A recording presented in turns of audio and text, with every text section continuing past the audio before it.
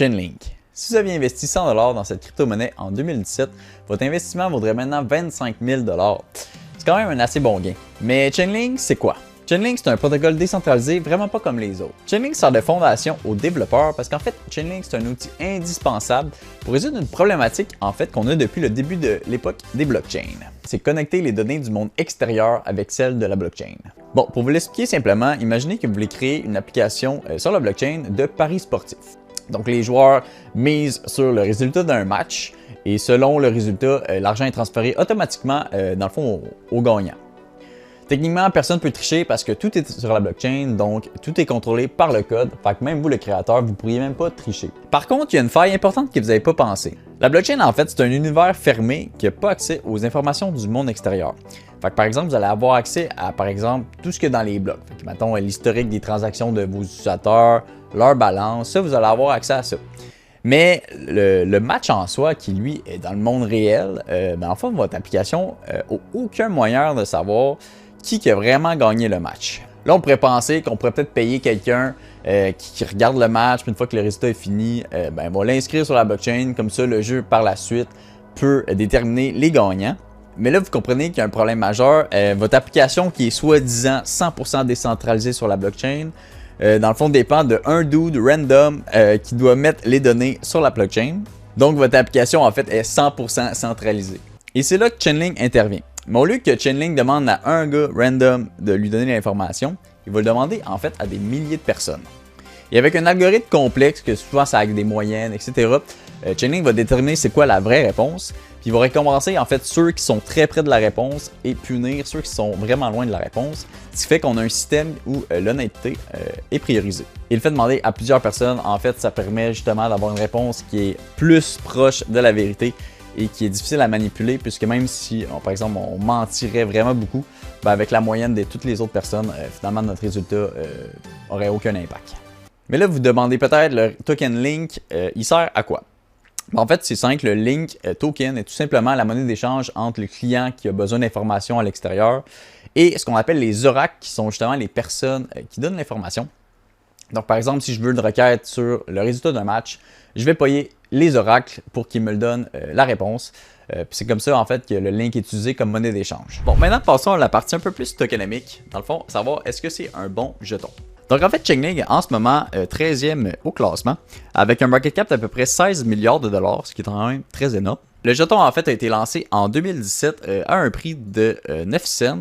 Et si on regarde 8 ans plus tard, on est rendu à un prix de 23,61. Fait que c'est quand même un énorme gain si vous aviez acheté à l'époque à 9 cents. Et en fait, lors du lancement, en fait, comment ça a été distribué le token? Dans le fond, il y a eu 35% qui a été donné au public. Fait que, dans le fond, à n'importe qui comme vous et moi. Il y a eu 35% qui a été donné à l'écosystème en récompense. Fait qu'en ce moment, il y a un peu de stacking et tout. Donc, ça permet de récompenser, dans le fond, les opérateurs, donc les oracles, comme que je vous expliquais tantôt. Et il y a eu 30% qui a été dédié pour, dans le fond, investir dans la compagnie pour les financer. Bon, mais là, ça veut dire quoi? Est-ce que c'est un bon signe, en fait, tout ça, cette distribution? Ben, en fait, présentement, tous les tokens ont été débloqués. Fait que l'équipe a accès pour les vendre du jour au lendemain. Mais en ce moment, c'est bon signe. Ils n'ont pas vraiment vendu beaucoup de tokens. Ce qui veut dire qu'il y a un gros projet. Puis, dans le fond, ils ont des bonnes intentions. Fait que ça, c'est vraiment positif. Mais techniquement, il faut quand même le garder en tête.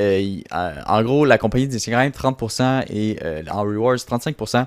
Ce qui fait que quand même, il peut avoir une certaine inflation au cours du temps. Puisque seulement 35% a été réellement dans le fond acheté au départ.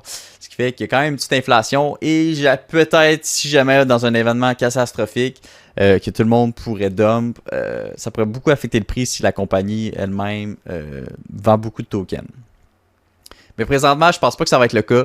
Chainlink fonctionne super bien, puis dans le fond la compagnie, ça a l'air vraiment de croire au projet, donc ça devrait bien aller.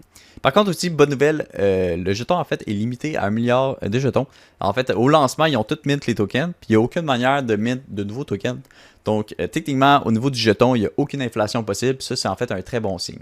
Bon, niveau analyse technique, pour ceux qui s'intéressent, on est rendu dans le marché, juste pour vous montrer. Je ne ferai pas une grosse analyse, là, juste très simple. En ce moment, on a une petite remontée, mais on est encore loin. On n'a pas fait le all-time high depuis le nouveau cycle qu'il y a eu de 4 ans. Je pense qu'on est à peu près à 125%. On est quand même il y a encore un petit chemin à faire avant de faire un nouveau all-time high. Il y a une petite remontée, mais par contre, je veux juste vous montrer parce que en dollars américains, il y a une montée, mais si je vous compare par rapport à son grand frère qui est Bitcoin, le Link perd du momentum un petit peu à petit. On est vraiment en train de descendre constamment. Donc, techniquement, ça aurait été meilleur d'investir dans Bitcoin en ce moment. Par contre, comme on dit souvent, tout le monde attend l'all season. On ne sait pas quand elle va arriver, mais que ça arrive, c'est sûr que le Link va remonter parce que ça reste que Link, c'est un outil fondamental, comme je disais tantôt. Dans le monde de la blockchain, beaucoup de protocoles l'utilisent. Ce qui fait que s'il y a une all season qui arrive, ça se peut très bien que le Link BTC remonte. Mais pour l'instant, il perd du momentum par rapport à Bitcoin. Fait que, on peut spéculer, mais en ce moment, c'est le constat que j'en fais.